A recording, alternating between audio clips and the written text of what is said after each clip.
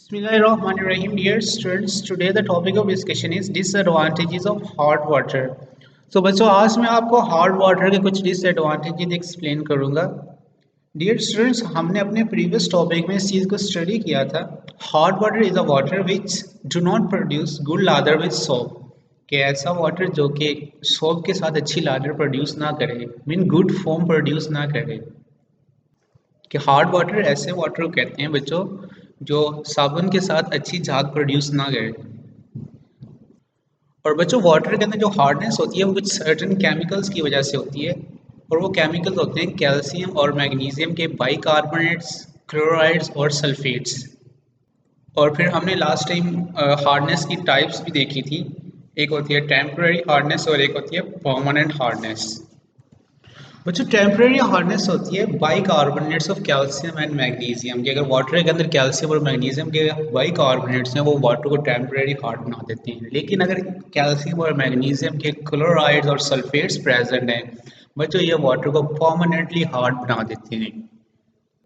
तो बच्चों अगर इसी हार्ड वाटर को आप लोग यूज़ करो इट कॉजेज मैनी प्रॉब्लम्स जिनको हम वन बाय वन डिस्कस करते हैं. Number one, hot water consume large amount of soap in washing purposes.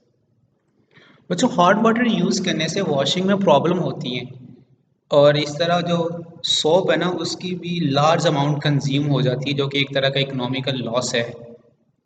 Over time the continual laundering of items in hot water can damage fibre and shortens the life of clothes.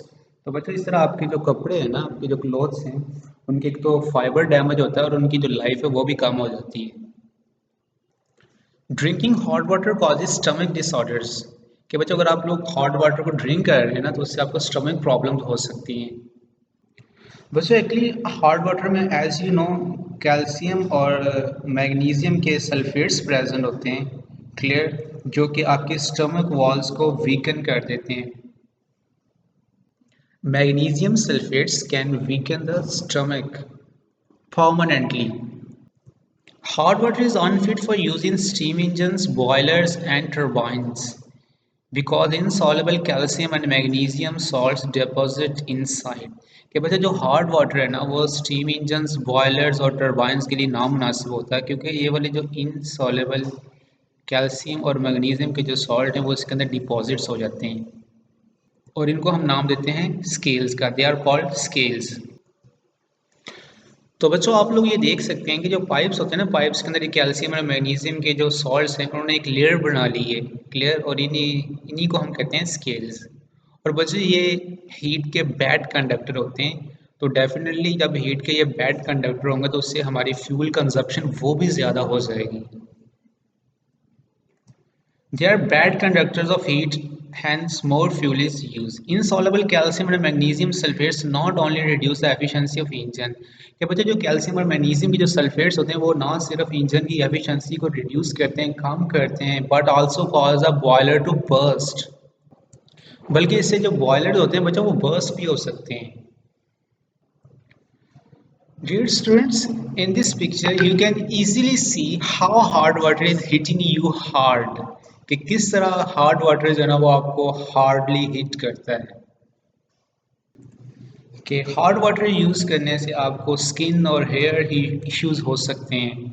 अब skin वर्डीज कौन कौन सी हो सकती हैं जैसे उसने बताया वो acne, itchiness, dryness, clog pores. और hair issues hair fall, roughness, scaly film formation and split ends. So avoid using hard water. अब हार्ड वाटर को सॉफ्ट वाटर में कैसे कन्वर्ट करते हैं बच्चों इसको हम ऑलरेडी डिस्कस कर चुके हैं अपने प्रीवियस टॉपिक्स में. अल्लाह हाफिज़.